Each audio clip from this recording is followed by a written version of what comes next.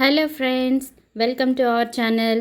ఈరోజు వీడియోలో ఎప్పుడూ ప్లెయిన్గా చేసే ఉప్మా లాగా కాకుండా ఇలా వెజిటేబుల్స్తో ఉప్మా చేస్తే చాలా టేస్టీగా తిన్న కొద్దీ తినాలనిపిస్తుంది. ఫంక్షన్స్లో చేసే ఉప్మా రుచి వస్తుంది. కడాయిలో 2 స్పూన్ల ఆయిల్ వేసుకోవాలి. కావాలంటే కేవలం నెయ్యితో చేసుకోవచ్చు. ఈ ఉప్మా చాలా టేస్టీగా ఉంటుంది. ఆయిల్ హీట్ అయ్యాక శనగపప్పు, మినప్పప్పు, జీలకర్ర, ఆవాలు, కొంచెం పసుపు వేసి గింజల్ని బాగా వేయించుకోవాలి. జీడిపప్పు కూడా వేసుకుంటే ఇంకా బాగుంటుంది. కట్ చేసుకున్న ఒక మీడియం సైజు ఉల్లిపాయ, 4 పచ్చిమిరపకాయలు నిలువుగా కట్ చేసుకున్నవి వేసి ఆనియన్స్ని లైట్ గోల్డ్ కలర్లోకి వచ్చే విధంగా వేయించుకోవాలి.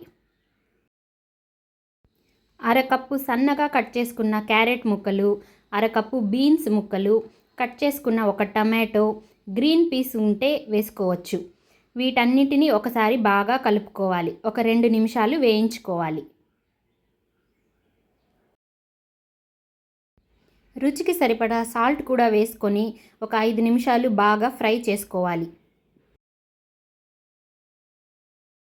అంతా బాగా ఫ్రై అయ్యాక ఏ కప్పుతో అయితే రవ్వ తీసుకుంటామో అదే కప్పుతో 4 కప్పుల వాటర్ యాడ్ చేసుకోవాలి. ఇక్కడ నేను బొంబాయి రవ్వ వాడుతున్నాను. ఈ రవ్వను ముందుగా వేయించుకోవాల్సిన అవసరం లేదు. ఇదే రెసిపీని మీరు గోధుమ రవ్వతో కూడా చేసుకోవచ్చు. అయితే గోధుమ రవ్వని ఒకసారి ముందుగా వేయించుకోవాల్సి వస్తుంది. వాటర్ యాడ్ చేశాక ఒకసారి బాగా కలుపుకొని వాటర్ని బాగా మరగనివ్వాలి.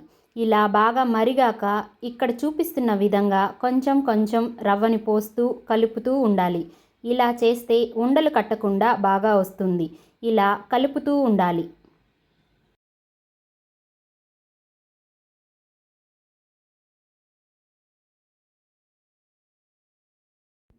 మరో 5 నిమిషాలకి రవ్వ బాగా ఉడికిపోయి ఇలా దగ్గర పడుతుంది.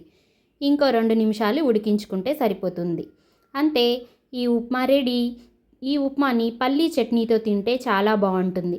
ఒకసారి మీరు కూడా తప్పకుండా ట్రై చేయండి. Thank you for watching.